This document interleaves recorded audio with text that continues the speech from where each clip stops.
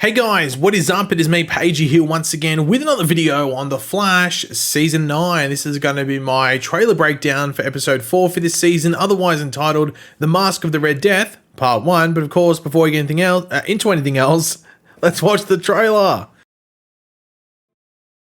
I know how much hate you must feel for me, but it isn't yours. The negative speed force has corrupted your mind. Hello? Iris. You don't have to do this. I need to know who you really are.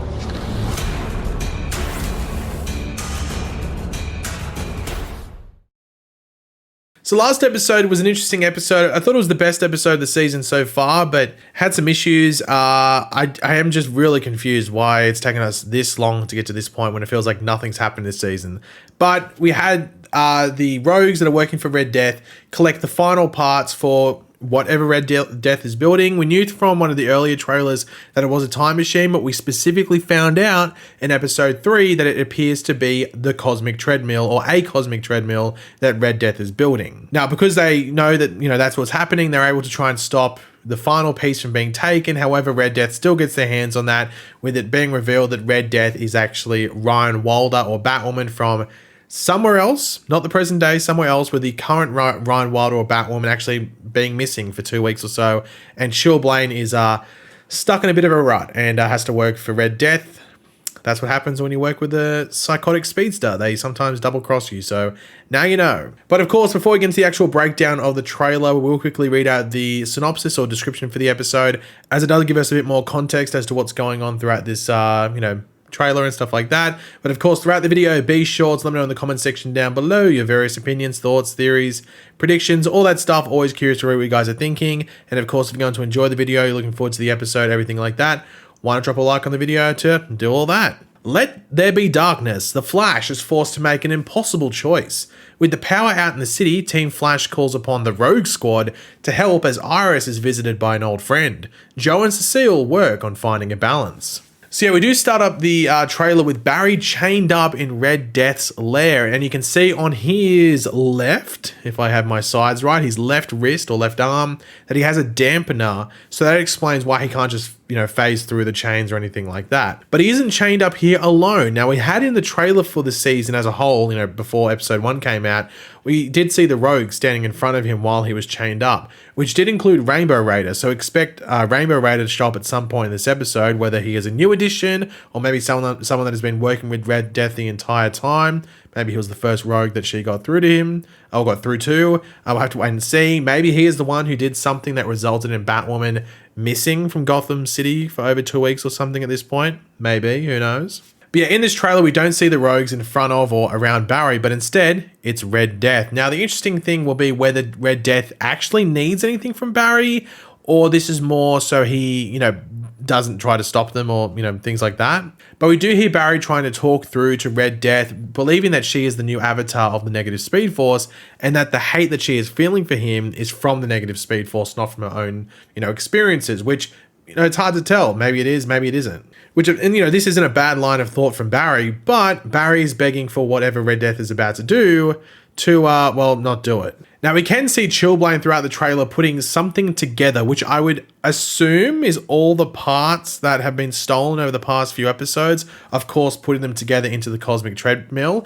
Now, the interesting thing I'm wondering is, what if it isn't a cosmic treadmill? Maybe that's just Barry assuming, oh, well, this would equal that and this would equal that, but maybe that's not what it is. I would assume it is, but it might not be, who knows? But the platform that Barry's actually standing on in this episode, or in this trailer, might I say, was in the background of the end scene from episode 3. It was just covered in sort of like a quilt or whatever it is, with the rogues, that whole scene with the rogues in Red Death's hideout before Chillblaine is then threatened by Red Death. And there is actually a portion in the trailer where we see this circle with all this stuff going on it. So I do wonder whether they need power specifically from Barry to ignite the cosmic treadmill or whatever is being built. I mean, it would make sense why Barry would be needed specifically by Red Death in order to attain said power. However, as you see in parts of the trailer, but also the synopsis does say, the power is out in Central City. Now, I don't know if that's because it needs to be isolated or whatever it might be, but the power is out, which of course is going to create a bit more of a threatening environment and a bit more of a scary environment, especially if Red Death is out in the city, which you do see in the trailer at points like standing amongst crowds and everything like that. Now, I think this might be the back end of the episode, because this is a two-parter, so I wonder if we'll get a bit of a fight happens, and then there's a bit of a cliffhanger that then leads into, you know, the second part of this Mask of the Red Death finale, but also just the finale of you know, this storyline as a whole. But that's a wait and see. I am hoping that this episode is a much faster paced episode than the previous three, because I feel like it's been slow, it's been stuck in the mud, it's been, you know, dragging itself along, as if it's got like a ball and chain behind it or something like that, and just, you know, just dragging itself to the finish line. So hopefully this, like these two episodes, part 1 and part 2 of this Mask of the Red Death story, or Mask of the Red Death episodes, has that fast-paced action, which sort of makes up for being a bit of a slow lead-up. That's what the Deathstorm arc did. The Deathstorm had a very slow build-up and a bit of like, oh, maybe like 1 or 2 of these episodes shouldn't have been there, and then it finished off pretty strong and pretty fast.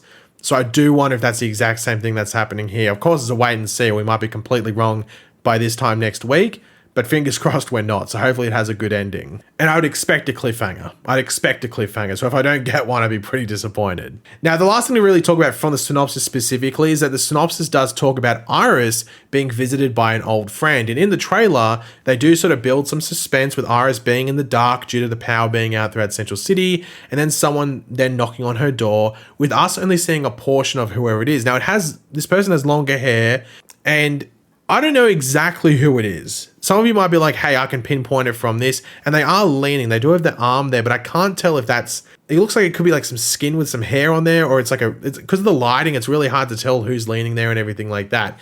Now, they say an old friend. Now, old friend, it's a synopsis. These can be a bit like not overly accurate because it can be written by someone else and not really exactly what the person's meant to be. So old friend could mean anyone. Now, a lot of people think this could be the Ryan Wilder from Earth Prime, like the main one, the one that was been missing for 2 weeks, the Batwoman character. But her and Iris, from what we know, have never met. They met in the Armageddon timeline, but that was about it. So it really wouldn't make sense if it's her. Why would you know that Iris lives there? It would be random. Another option I did see people saying, which would line up with old friend, is that of Linda Park. Do I think it's Linda Park? I mean, maybe the hair is there. I do notice that hair maybe has a bit of a white streak, but once again, it's lighting. It doesn't look as full on as the one that was in the Red Death, Ryan Wilder's hair, so I don't think that it's that. But the one that I have a feeling it might be, just for some weird reason, and I really am curious to see whether people think, is this Cisco? I mean, it sort of looks like Cisco's longer hair. It could be Cisco leaning up there. I'm not 100% sure. I don't know if it is Cisco or not, but for some reason I just have this feeling that it might be Cisco, but then it easily could be Linda Park, it could be Sue Dearborn, it could be Batwoman, like it could be anyone. They really do pause it at the perfect time where they give you some of that hair, but they don't give you any sort of like facial features or what they're wearing exactly. It's hard to tell exactly who it might be, but for some reason, I just think it might be Cisco. And that would line up with old friend. Maybe Cisco has something that they might be able to use against Red Death that they've been developing in Argus. Because Argus would be developing all this different technology to deal with different metahumans. So maybe they literally have some piece of technology to deal with either a speedster or a speedster connected to the negative speed force. Now, in one of the trailers early in the year when it was leading up to this season coming out, there was a shot in one of the trailers of Iris pulling the gun that that the Flashpoint Batwoman or the Reverse Flash Batwoman gave her in Armageddon, but that doesn't exist. That gun should not be there. So maybe this is someone like Cisco or whoever it might be giving this gun to Iris just in case. It's very coincidental and convenient if that's the case, but maybe it's just like, hey, I can't find Barry because he is chained up obviously in the trailer. I'm going to leave this here because this person might be coming after you. Maybe that's why it could be Cisco delivering this.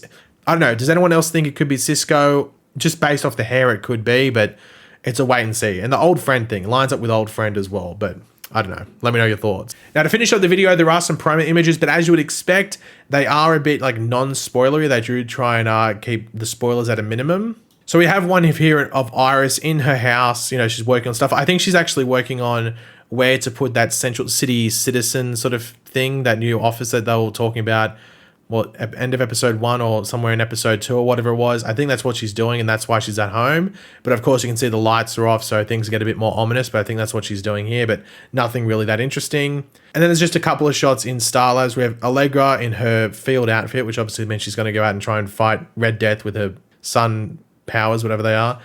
Then we do have Chester, Keown, Allegra once again just around there, but obviously this would be around like all the, like probably looking for Barry, going, where the hell did he go?